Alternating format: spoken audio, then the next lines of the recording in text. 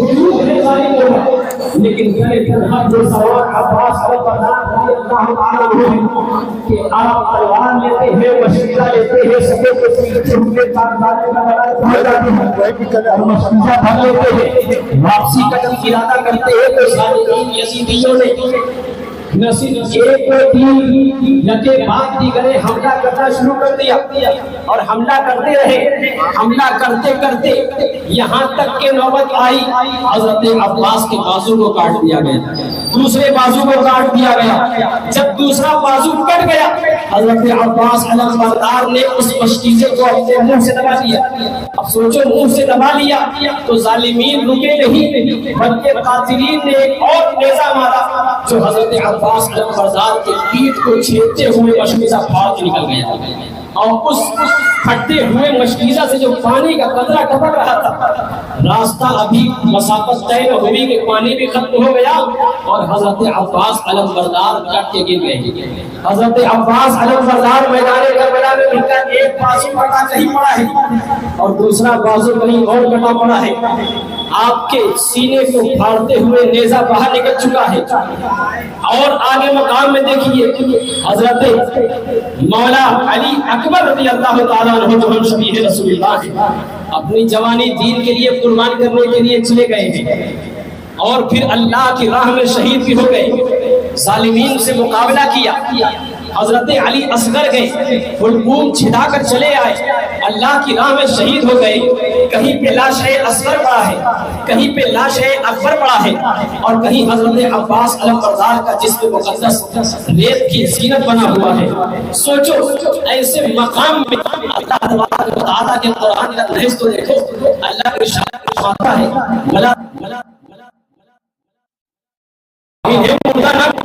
ارے قربان جاؤ، بھلا کسی کا ہاتھ کٹا ہو اسے مردہ نہ کہا جائے، بھلا کسی کا سر تن سے جدا ہو چکا ہو اسے مردہ نہ کہا جائے، بھلا کسی کی جان تو جسے انسوی سے پرواز کر چکی ہو، قرآن کہہ رہا ہے اسے مردہ نہ کہو، قرآن کہہ رہا ہے اسے مردہ نہ کہو۔ لیکن ایک دوسرا مقام ہے پیغمبر اسلام کی بارگاہ ہے، وہاں ان کا انکار کرنے والے کو زندہ ہونے کے باوجود اللہ ارشاد فرماتا ہے ابو لہب چل رہا ہے لیکن مردہ ہے، ابو لہب لے رہا ہے لیکن مردہ ہے، عتبہ انکار کر رہا ہے لیکن مردہ ہے، شیبہ انکار کر رہا ہے لیکن مردہ ہے، ابو لہب تمہاری بات نہیں مان رہا ہے مردہ ہے، کھا رہا ہے مردہ ہے، پی رہا ہے مردہ ہے، بول رہا ہے سمجھ رہا ہے لیکن مردہ ہے۔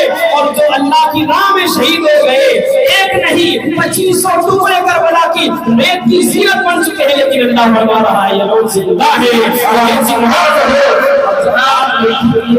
ہے تو کیسے زندہ ہیں؟ ظاہر سی بات ہے قاری صاحب، ایک بندے کا ہاتھ کٹ کے 4 ٹکڑے پڑا ہے، اس کی گردن کٹی ہوئی ہے، اس کی سانسیں تھمی ہوئی ہے، اور جانکار ڈاکٹر ماہر آ کے اس کی نبض دیکھ کے بتا دیتا ہے یہ مرا ہوا ہے۔ لیکن سوچو کربلا کی وادی میں حضرت عباس کے بازو کٹے ہوئے ہیں، سانسیں تھمی ہوئی ہیں، لیکن پھر بھی قرآن انہیں مردہ نہیں کہہ رہا ہے، قرآن کہہ رہا ہے زندہ کہو۔ تو آپ لوگوں کے ذہن میں بھی آج سے پہلے تک یہی سوال رہا ہوگا کہ مردہ تو ہے لیکن پھر بھی قرآن زندہ کہہ رہا ہے، اسے زندہ کہو۔ تو ہو سکتا ہے کہ ادب میں کہہ دیا ہو، ہوتا ہے نا کہ ایک شخص ہے جو آنکھ سے ٹیڑھا ہے یعنی کانا ہے، لیکن اس کے دوست کے بیٹے نے کہا کانا، تو باپ نے کہا نہیں بیٹا کانا ہے لیکن کہو مت، چونکہ یہ عزت کی بات ہے۔ ایک شخص آپ کے گھر پہ آئے اور ٹانگ سے لنگڑا ہو، اور جب وہ دستک دے اور بچہ دروازہ کھولے، باپ پکارے کون آیا ہے، بیٹا کہہ دے ایک لنگڑا آدمی آیا ہے، تو باپ کیا کہتا ہے؟ نہیں بیٹا لنگڑا ہے نا لیکن آپ لنگڑا نہ کہو، لولا ہے لیکن لولا نہ کہو، وہ آنکھ سے کانا ہے لیکن کانا مت کہو۔ یہ آخر یہ تربیت کیوں ہوتی ہے؟ ہمارے یہاں کوئی کسی کا عیب دیکھ لیتا ہے، اس کے باوجود خود بھی اور بچوں کو بھی یہ تربیت کرتا ہے کہ وہ ہے کانا لیکن کانا نہیں کہنا، ہے توتلا لیکن توتلا نہیں کہنا، ہے ہیکلا لیکن ہیکلا نہیں کہنا۔ کیوں؟ کیونکہ یہ بڑوں کا ادب سکھایا جا رہا ہے۔ تو آپ بھی سوچتے ہوں گے قرآن نے اگر یہاں زمین کربلا پہ کٹے ہوئے جسموں کو دیکھنے کے باوجود کربلا کی زمین پر شہداء کے بارے میں جہاں شہداء اسلام کی ناموس کا ذکر آتا ہے تو آپ بھی سوچتے ہوں گے یہ کٹے پڑے ہوئے ہیں، ان کی روح تو ان کے جسم سے الگ ہو چکی ہے، تو ہو سکتا ہے کہ قرآن نے اسے ادب کی وجہ سے کہہ دیا ہو کہ انہیں مردہ نہ کہو۔ یہی سوال آتا ہے۔ لیکن آؤ، مردہ کہنا بڑی بات ہے، مردہ کہو، ارے یہاں مردہ ہیں دیکھنے، عقل تو یہی کہتی ہے کہ یہ مردہ ہیں، لیکن قرآن انہیں کہہ رہا ہے یہ زندہ ہیں، تو انہیں مردہ مت کہو۔ تو ہو سکتا ہے کہ آپ کے ذہن میں یہ بات ہو کہ زبان سے زندہ کہنا ہے، عقل کہتی ہے یہ مردہ ہے، لیکن اللہ ارشاد فرماتا ہے لا تحسبن الذین قتلوا فی سبیل اللہ امواتا۔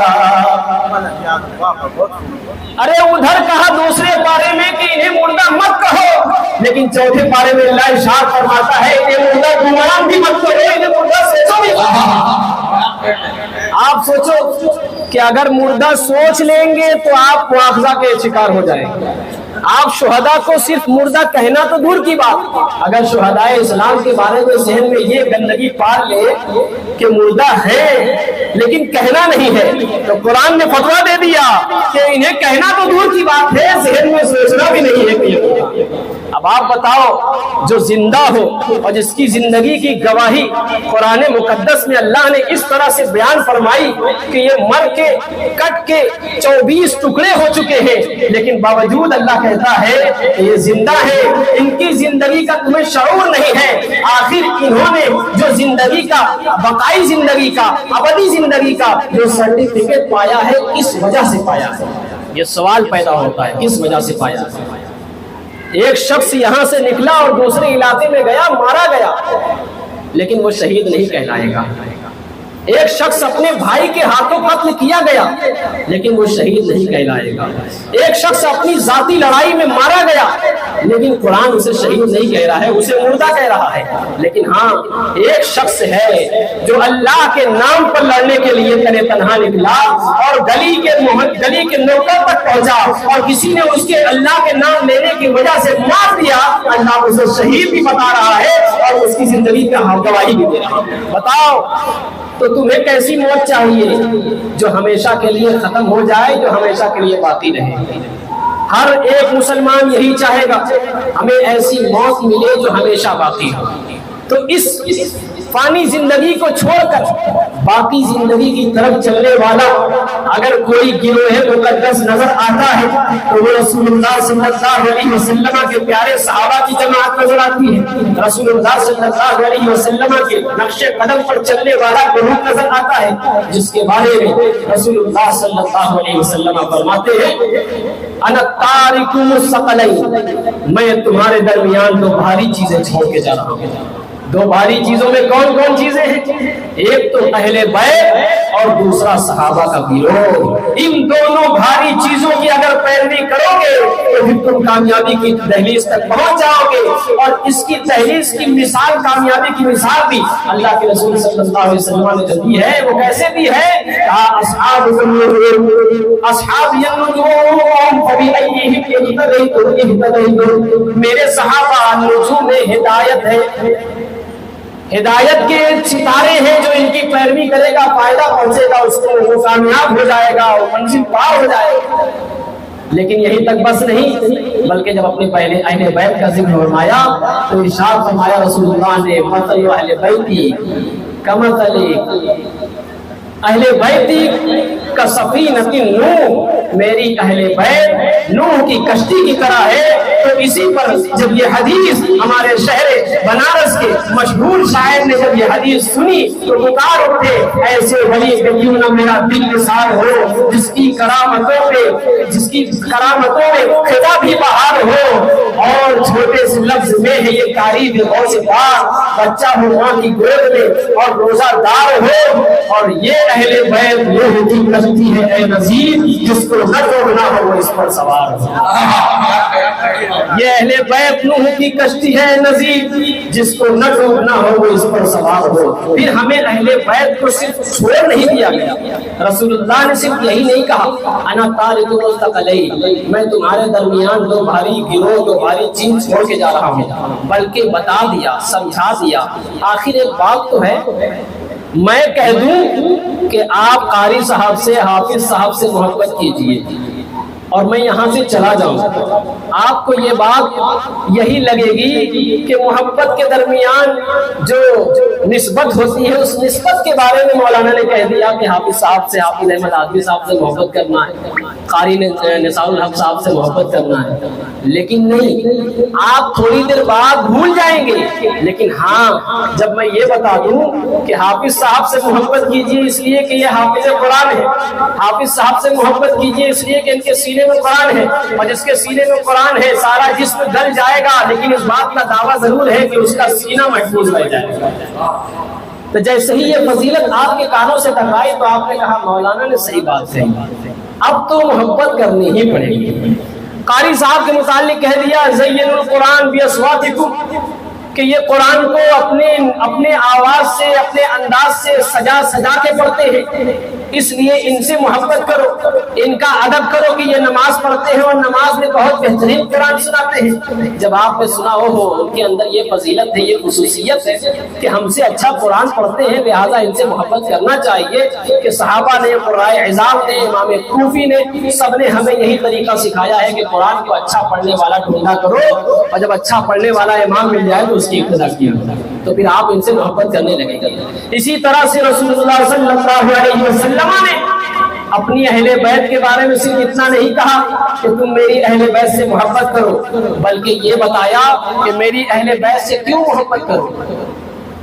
کہا میری اہل بیت سے محبت اس لیے کرو، اہل بیتی کا سفینۃ نوح، میری اہل بیت نوح کے سفینے کی طرح۔ اور نوح کا سفینہ کیسا تھا؟ نوح کا سفینہ ایسا تھا کہ پوری دنیا سیلاب کا شکار تھی، اور سفینہ نوح واحد ایک ذریعہ نجات تھا جس پر انسان تو انسان، ہر طرح کے جانور بھی سوار تھے، لیکن ان کا ایک بیٹا جو ان کے پیغام پر عمل پیرا نہیں تھا، اس کا حال یہ ہوا، قرآن نے کہہ دیا یہ آپ کا اہل نہیں ہے، قرآن نے کہہ دیا یہ آپ کا اہل نہیں ہے، نوح جو آتا ہے سوار کر لو، یہ آپ کا اہل نہیں ہے، یہ آپ کی کشتی پر سوار نہیں ہوگا۔ سوار نہ ہونے کی وجہ سے اس کا حال کیا ہوا کہ وہ سیلاب میں، طوفان نوح میں ڈوب گیا، اس کا نام و نشان ختم ہو گیا۔ اسی لیے رسول اللہ صلی اللہ علیہ وسلم نے اپنی اہل بیت کی جو مثال پیش کی تو کہا یہ مثال اس کی یہ ہے کہ جو اہل بیت سے محبت کرے گا گویا وہ کشتی نوح پر سوار ہو گیا، اور کشتی نوح کی اس لیے مثال دی کہ پوری دنیا سیلاب آمیز تھی، پوری دنیا سیلاب زدہ تھی، باوجود کے اس بات کی دلیل تھی کہ جو نوح کا بنایا ہوا سفینہ ہے یہ کبھی نہیں ڈوب سکتا۔ اس لیے اے لوگوں اہل بیت سے ٹوٹ کے محبت کرو کہ اہل بیت کی محبت کبھی خسارے میں نہیں ڈالے گی، ہمیشہ فائدے میں ڈالے گی۔ اہل بیت کی محبت تمہیں کبھی خسارے میں نہیں ڈالے گی۔ کیوں؟ اس لیے کہ قرآن نے اہل بیت کے بارے میں جو ارشاد فرما دیا کہ ان سے ہر طرح کی گندگی دور کر دی گئی، تو صرف کہا نہیں بلکہ اپنے محبوب سے اللہ نے کہلوایا قُلْ لَا أَسْأَلُكُمْ عَلَيْهِ أَجْرًا إِلَّا الْمَوَدَّةَ فِي الْقُرْبَى۔ حافظ صاحبان موجود ہیں، اس سے پہلے کئی آیات ایسی ہیں جس میں انبیاء کرام کو کہا گیا تم اجر نہیں مانگ سکتے، تم معاوضہ نہیں مانگ سکتے، تم اپنی خدمات نبوت کا معاوضہ اور بدلہ نہیں مانگ سکتے، اور حضور کو بھی یہی کہا گیا قُلْ لَا أَسْأَلُكُمْ، تم بھی نہیں مانگ سکتے لیکن مانگو اے محبوب، تم بدلہ مانگو، بدلے میں کیا مانگو؟ اجرن الا المودۃ فی القربى، اپنی اہل بیت کی محبت مانگو، اپنی اہل بیت کی محبت مانگو۔ اور جب حضور نے فرمایا ہے لوگوں اہل بیت سے محبت کرو، میرے پیاروں سے محبت کرو، تو صحابہ کے درمیان اہل بیت پر سوال کرنے والے موجود تھے۔ حضرت عباس پوچھ پڑے یا رسول اللہ صلی اللہ علیہ وسلم یہ اہل بیت کون ہے؟ تو رسول اللہ صلی اللہ علیہ وسلم نے ارشاد فرمایا قال رسول اللہ صلی اللہ علیہ وسلم فرمایا علی و فاطمہ و حسن و حسین، یہ میری اہل بیت ہے، جو ان سے محبت کرے گا وہ کامیاب ہو جائے گا، جو ان سے محبت کرے گا وہ جنت پہنچ جائے گا، اور جو ان سے نفرت کرے گا اس کا ٹھکانہ جہنم ہوگا۔ اور صرف کہا نہیں بلکہ بتایا کہ من احب اللہ من احب الحسین، جس نے حسین سے محبت کی فقد احب مانی اس نے مجھ سے محبت کی، اور جس نے حسین سے نفرت کی اس نے مجھ سے نفرت کی، اور جس نے مجھ سے نفرت کی اس نے اللہ سے اعلان جنگ کر لیا۔ اور سوچو جس نے اللہ سے اعلان جنگ کر لیا اس کا ٹھکانہ جہنم ہے۔ لیکن آؤ، ہماری تربیت، ہماری تعلیم رسول اللہ نے صرف یہی نہیں کی کہ ہماری اہل بیت سے محبت کرو، بلکہ اپنے صحابہ کا بھی کردار بتایا کہ میرے صحابہ نجوم ہدایت تھے، ان میں سے کسی ایک کی بھی پیروی کر لیتے ہو تو تم کامیاب ہو جاؤ گے۔ لیکن اس سے یہ مت مانا نکال لیجئے گا کہ ایک ہی کو کر لینے سے ہم کامیاب ہو جائیں گے، بلکہ ادھر ایک بات پوشیدہ ہے، ان میں سے کسی ایک کی گستاخی کرو گے تو جہنم میں پہنچ جاؤ۔ یہ کیسے سوچ لیتے ہو کہ صحابہ کی جماعت میں سے ہم جس کو نہ چاہیں اس کو نہ مانیں؟ حضور پاک صلی اللہ علیہ وسلم نے ارشاد فرمایا میدان قیامت ہوگا، ہولناک آوازیں ہوگی، ہر کوئی نفسی نفسی کا شکار ہوگا، آدم سے لے کر عیسیٰ تک سب اپنے امتیوں کو بھگائیں گے، سب اپنے امتی کو دھتکاریں گے، لیکن رسول اللہ صلی اللہ علیہ وسلم فرمائیں گے انا لہا انا لہا۔ ایسے ہولناک موسم میں، ایسے ہولناک ماحول میں جب ہر کوئی اپنے دفتر اعمال کے بارے میں پریشان ہوگا، ہر کوئی اپنے بارے میں اپنے پسینے میں شرابور ہوگا، سب کو کسی نہ کسی بات کا خطرہ ہوگا کہ نہ جانے میرا کیا حال ہوگا، نہ جانے میرا کیا حال ہوگا۔ اسی اسنا میں جب سب کا دفتر اعمال کھنگالا جائے گا، چیک کیا جائے گا، اس کے بعد ایک اور پروسیس ہوگا، ایک اور پروسیجر ہے، اس پروسیجر کا نام پل صراط ہے۔ پل صراط سے سب کو گزرنا ہوگا، نہ صرف پیر کو، نہ صرف مرید کو، بلکہ پیر کے پیر کو بھی گزرنا ہوگا، بڑے پیر کو بھی گزرنا ہوگا۔ لیکن ان کے گزرنے کا حال کیا ہوگا؟ یہ غم میں نہیں گزریں گے، یہ مچل مچل سے گزریں گے۔ ان کے لیے ہمارے لیے جو آواز آئے گی کہ اعلیٰ حضرت مچل کی بولنے لگے، صحیح عزت و اعتلاء محمد، یہ ہے عرش افضل پائے محمد، رضا پل سے اول سے چل کے گزرنے کے ہے رب صلی صدائے غوث اعظم گزریں گے تو مچلتے ہوئے گزریں گے، غوث کے مرید گزریں گے مچلتے ہوئے گزریں گے۔ لیکن یہ پل صراط ہوگا کیسا؟ گزریں گے رسول اللہ کی آواز پر گزریں گے، لیکن گزرنے سے پہلے سب کو خوف ہوگا۔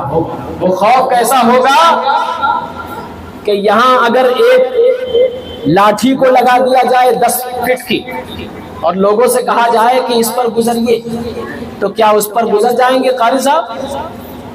یہاں ہر کوئی پیچھے بھاگے گا، گر جاؤں گا، ٹانگ ٹوٹ جائے گی۔ سوچو جب یہاں 10-15 فٹ کی لاٹھیوں پر، رسیوں پر چلنے کے لیے پہلے سے آدمی آزمائش کا شکار ہوتا ہے، سیکھتا ہے، پھر چلتا ہے، تو سوچو کروڑوں فٹ لمبا پل صراط، حدیث پاک میں آتا ہے کروڑوں فٹ لمبا پل صراط، جس کی نشانی اور علامت بتائی کہ بال سے زیادہ باریک اور تلوار سے زیادہ تیز ہوگا۔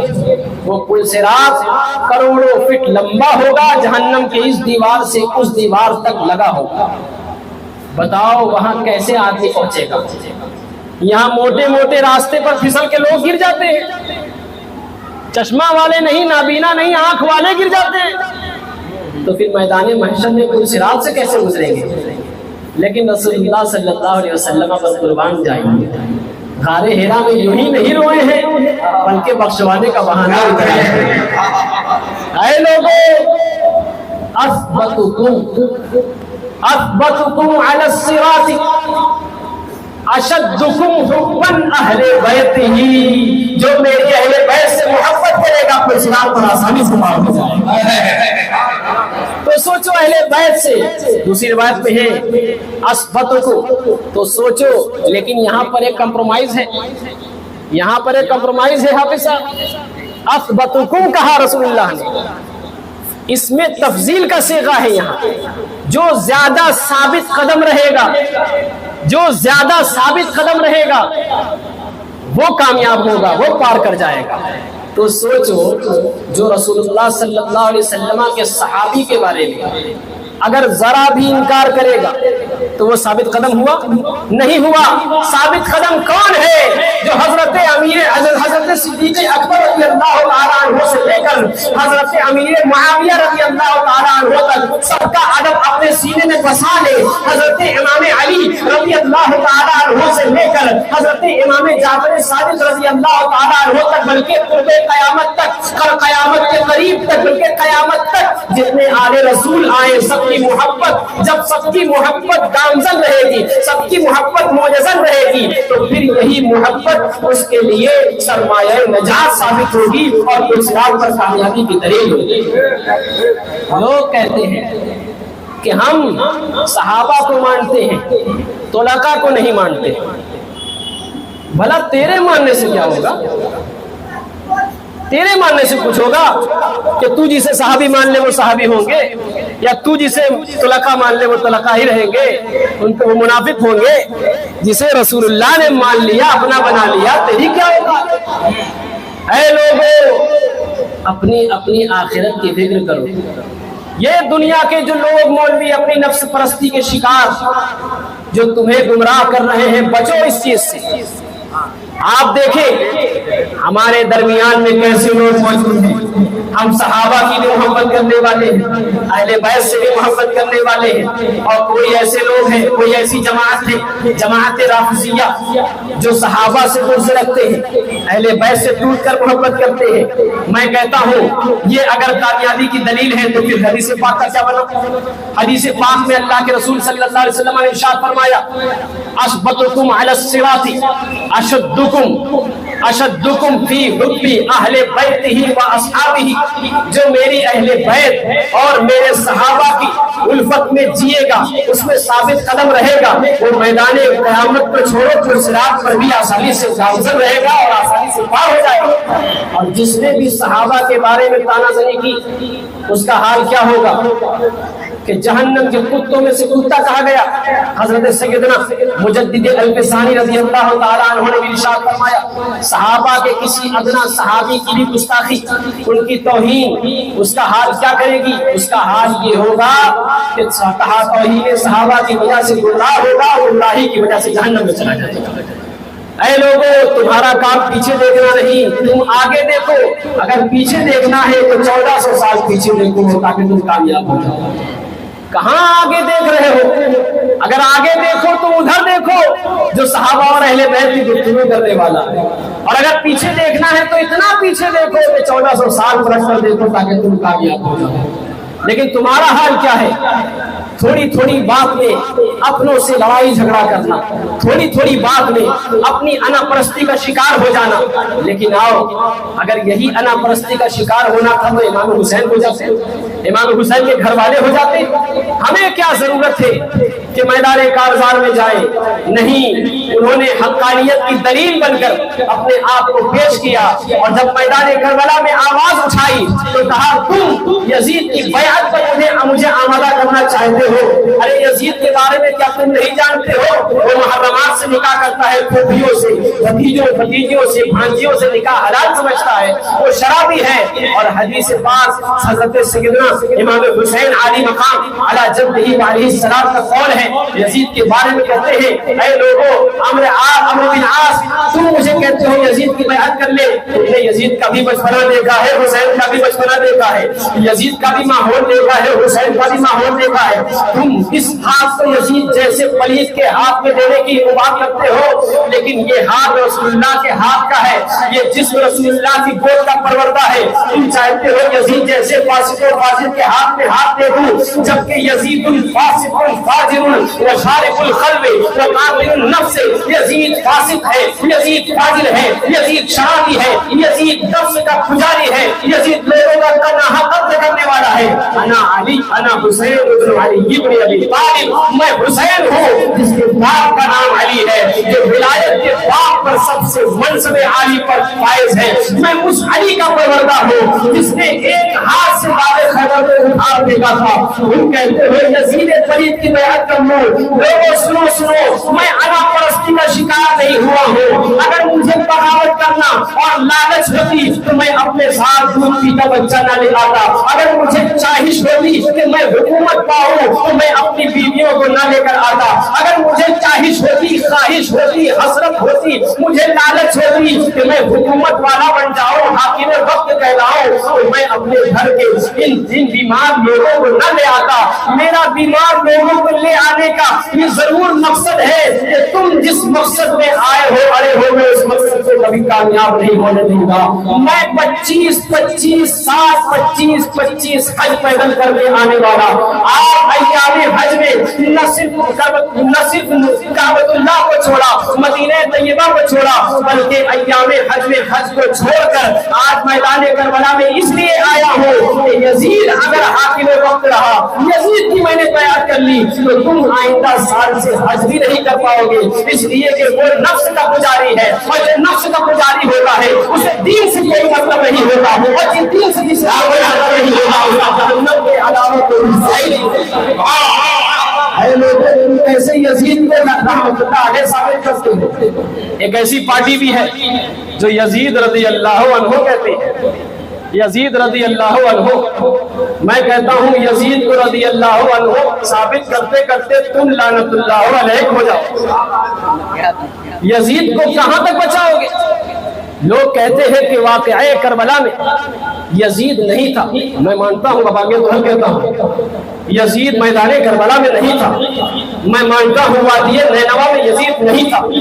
میں مانتا ہوں کہ گھڑ سواری پر حسین کا مقابلہ کرنے کے لیے یزید نہیں تھا.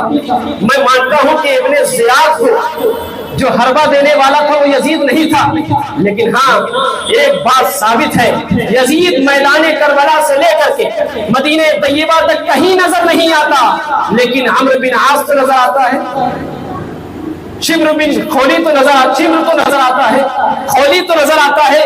یہ خولی اور یہ شمر لعین اور یہ یزید کا پروردہ عمرو بن عاص حکومت رے کی لالچ میں یہاں کیوں آیا تھا, اور حکومت رے کی لالچ دینے والا ہے کون؟ قاری صاحب, اگر آپ اپنے دشمن کو قتل کروانے کا ارادہ سمجھتے ہیں, ارادہ رکھتے ہیں, آپ کسی کو سپاری دے دیں کہ میرے دشمن کو آپ قتل کر دو اور آپ کا بھانڈا پھوٹ جائے, تو حکومت اور قانون سمویدھان قتل کرنے والے کو نہیں بلکہ آپ کو بھی پکڑ کے لے جائے گی. قانون کی نظر میں جس طرح سے قاتل مجرم ہے اسی طرح سے اس کو قتل پر ابھارنے والا مجرم ہے, بلکہ زیادہ مجرم قتل پر ابھارنے والا ہے. آج سوشل میڈیا پر اگر کوئی ایسی بات جو سمویدھان کے خلاف ہو یا عالمی سطح پر انسانیت کے خلاف ہو, جیسے ہی آپ پوسٹ کریں گے اگر اس نے دیکھا فوراً وہ آپ کی آئی ڈی پہ لاک لگا دیتا ہے کہ آپ نے جو بات بھیجی ہے, جو لکھی ہے, وہ وائلنس پیدا کرے گی, جھگڑا پیدا کرے گی, دنگا ہوگا. اس لیے فوراً لاک لگا دیتا ہے تاکہ دنگا نہ ہو پائے. اور آپ سوچتے ہیں کہ یزید کو ہم میدان کربلا سے غائب کر کے اسے جنتی ثابت کر دیں. جنتی ثابت نہیں ہو سکتا, اس لیے کہ ہم مانتے ہیں یزید میدان کربلا میں نہیں تھا, ہم مانتے ہیں یزید وادی نینوا میں نہیں تھا, ہم مانتے ہیں حسین پاک کی گردن کو ان کے جسم ناز سجدہ کرنے والا یزید نہیں تھا, مگر یزید کا پروردہ تو تھا, یزید کی طرف سے حکومت کی لالچ پانے والا تو تھا, یزید کا کھانے والا تو تھا, یزید کے دسترخوان کی نعمتیں کھانے والا تو تھا. تو پھر تم کیسے یزید کو بے قصور ثابت کرو گے؟ ہو سکتا ہے کہ کہیں نہ کہیں کتابوں سے ثابت کر دیں, لیکن قاری صاحب یہاں بھی وہ ثابت نہیں کر پائیں گے. اس کے باوجود اگر ہم اسے صرف نظر کر لیں تو یزید کے بارے میں ملتا ہے کہ جب وہ میدان کربلا میں 72 نفوس قدسیہ کو ستا لیا, ظلم اٹھا لیا, شہید کر دیا, پھر اس کے بعد اپنے پروردہ کو, اپنے چیلے چپاٹوں کو مدینہ طیبہ میں بھیجا, اور مدینہ طیبہ میں بھیج کر مدینہ طیبہ کی کنواری لڑکیوں کے لیے, کنواری لڑکیوں پر دوشیزاؤں پر اپنے سپاہیوں کو حلال کر دیا. کہا جیسے چاہو ان کی عزت لوٹ سکتے ہو, اپنی حسرت پوری کر سکتے ہو. کتابوں میں آتا ہے قریباً 3000 ایسی مدینہ طیبہ کی پاک سی دوشیزائیں جو ان بدبختوں کی بدبختی کی وجہ سے حاملہ ہو گئی. اور یہیں تک محدود نہیں, بلکہ یزید کے حکم پر مدینہ طیبہ میں مسجد نبوی میں, جو مسجد نبوی کی بے حرمتی کی گئی, 3 دن تک مسجد نبوی میں نماز نہ ہوئی, اذان نہ ہوئی. انہوں نے اپنے گھوڑوں اور اونٹوں کی لید کروائی مسجد نبوی میں. جس مسجد نبوی اور مزار طیبہ کا مقام یہ ہے کہ وقت کے جنید و بایزید جاتے ہیں تو کہتے ہیں ادب گاہیز زیر آسماں از عرش نازک تر نفس کن کردہ بھی ہے. جنید و بایزید جا جہاں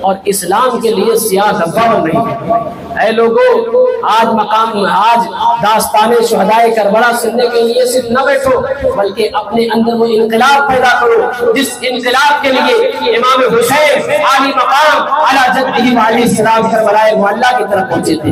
لباس لوگ پہنتے ہیں کالا کہ ہم غم مناتے ہیں، لیکن سنو، لباس جو محرم الحرام کا مہینہ ہے، کالا لباس نہیں پہننا چاہیے۔